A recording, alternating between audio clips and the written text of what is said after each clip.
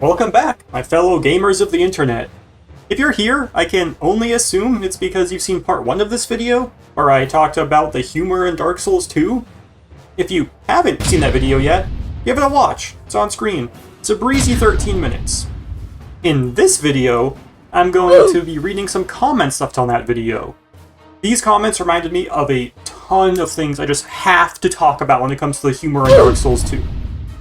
Unfortunately, I don't have a ton of extra footage, so I'm going to be using my webcam to fill some space this time.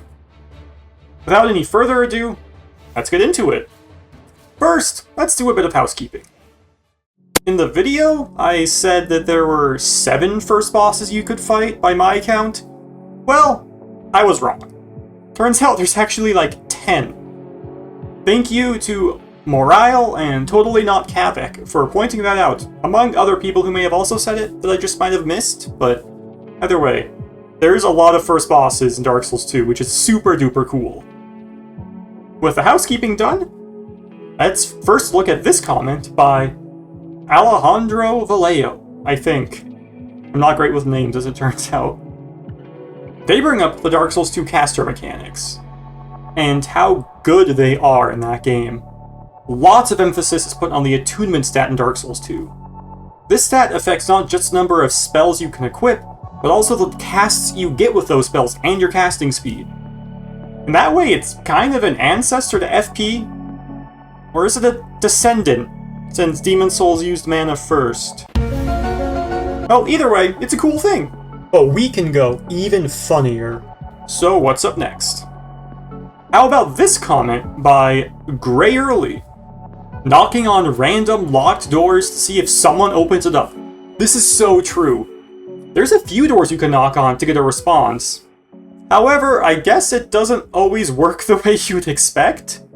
In my first playthrough I was doing in that video with my friends, we tried this, because there's a couple of spots where you want to use this mechanic, but we encountered a bit of an issue. Now we got it. You just run in a line and the boss dies. Very easy. Oh man, you're knocking on the door? Oh wait, I think Chenzo has to do it. I don't think we're allowed to knock. Yeah. Yeah, there we go. Now they're coming. We'd like to tell you about your Lord and Savior. Yo, bitch, come out.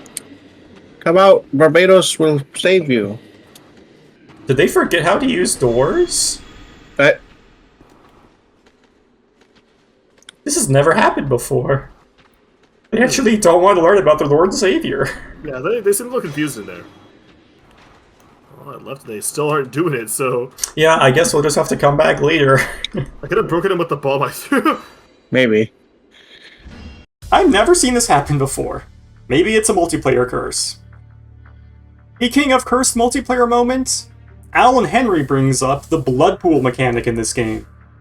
Honestly, why didn't FromSoft bring this back? It's so goofy! I love just clicking on a Bloodpool and seeing like 6 people just run off a cliff for no reason.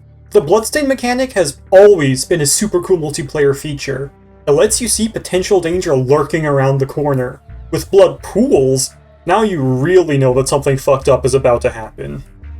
It's wonderful, I really like this, and it doesn't make any sense to me why they wouldn't bring it back. I'm going to keep the multiplayer ball rolling by talking about Covenant characters. This user, whose name I can only assume is pronounced Meinspach, brings up the Rat and Bell Covenants. Yeah, the Covenant leaders are funny enough. Especially the Bellboy. You want to guard the bell, do you? For the prince and the princess forever for true.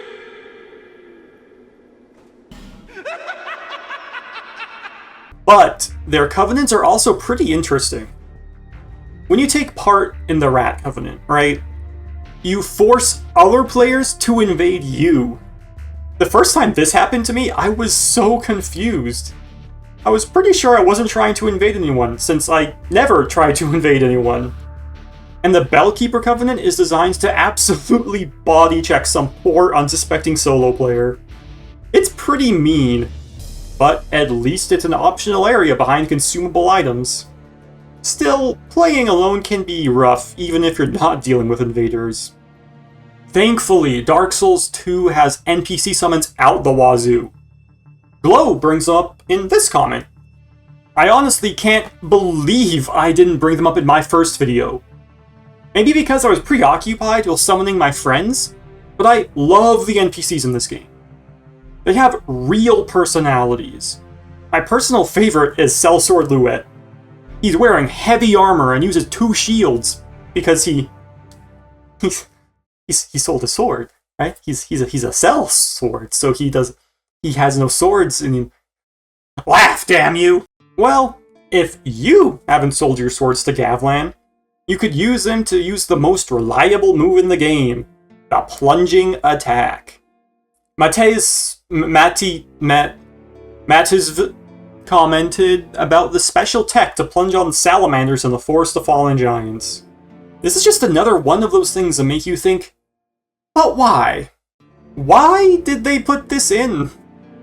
I guess it's just kind of a fun thing for experienced players who will replay the game a million times. You can show off your skills and your knowledge of the game this way. I mean, it certainly feels like an Easter egg you'd only try in New Game Plus. Speaking of New Game Plus, Tyler the Phantom reminded me that the Duke's dear Frejya will pull a Five Nights at Freddy's Jumpscare and attack you outside the Congregation boss fight. Honestly, this moment is so cool! I love Dark Souls 2 and how it just does this shit. I think the first time I ever saw this event, I was disappointed when I couldn't kill her right then and there. I thought if I was fast enough, I would be able to skip the fight later. Of course, that's not how the event works, but it's still a super cool thing. Actually, another bizarre set piece happens right before that Duke's Dear Frejya one. Ephraim the Mudwump is doing a wonderful job at letting us all know about the Gyrm warriors who throw axes at your head as you approach. Honestly, the Gyrms in general are pretty funny in my opinion. Although that could just be my Gavlan bias showing.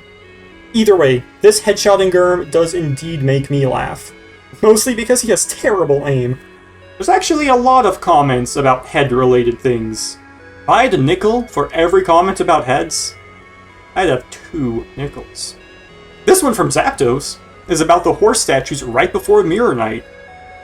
You can knock off their heads early to totally pacify them. So no head? And the environmental storytelling even has a bunch of them who are already headless.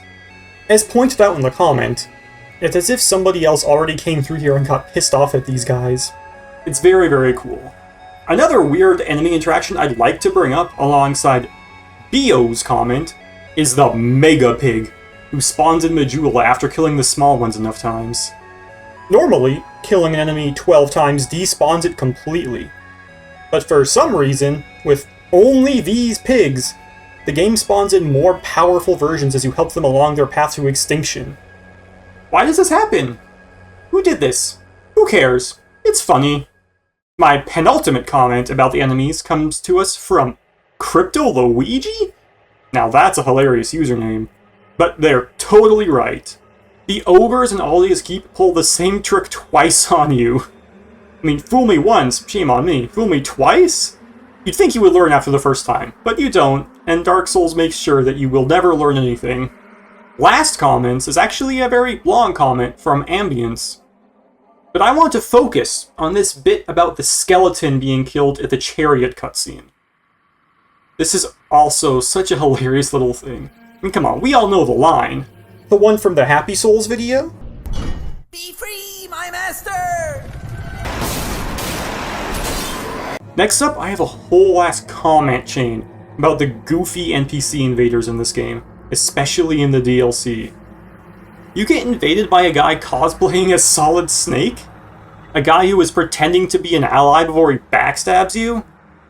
And who can forget the invaders who run away like little bitches? Just like the summons, the Dark Souls 2 invaders are so full of life and personality. Finally, I'd just like to thank everyone who shared in their love of Dark Souls 2. There were so many comments from people who just wanted to say how much fun they had with this game, and how happy they were that someone else was finally talking about it. I want to shine a light on some of my favorites. Dragon Slayer brought up how even if other people don't like this game, that won't stop them from having fun. I think that's a very important sentiment. Of course, it's also okay to hate this game. There are too many damn people on the internet, we can't all agree on everything, and that's gonna have to be okay. It's not gonna stop us from living gaming in general. Anyway, I digress to this comment by Pseudonym. That's a very clever name. Good job, lad. They brought up the ridiculous jump animation. That's a point I made in my last video, but they also talked about how the game in general just turns the humor up to 11 for seemingly no reason. I am inclined to agree. That is the point of these videos after all, to shed a light on this goofy stuff. Well, there you have it. Those are some of the wonderful comments left on the last video. I hope you all enjoyed watching. If so, leave your own comment. Say anything. Heck, you can even tell me what kind of videos you think I should try to work on next. And if you want to see those videos, go on and subscribe. I can't thank you all enough for watching. Have a wonderful day, everyone.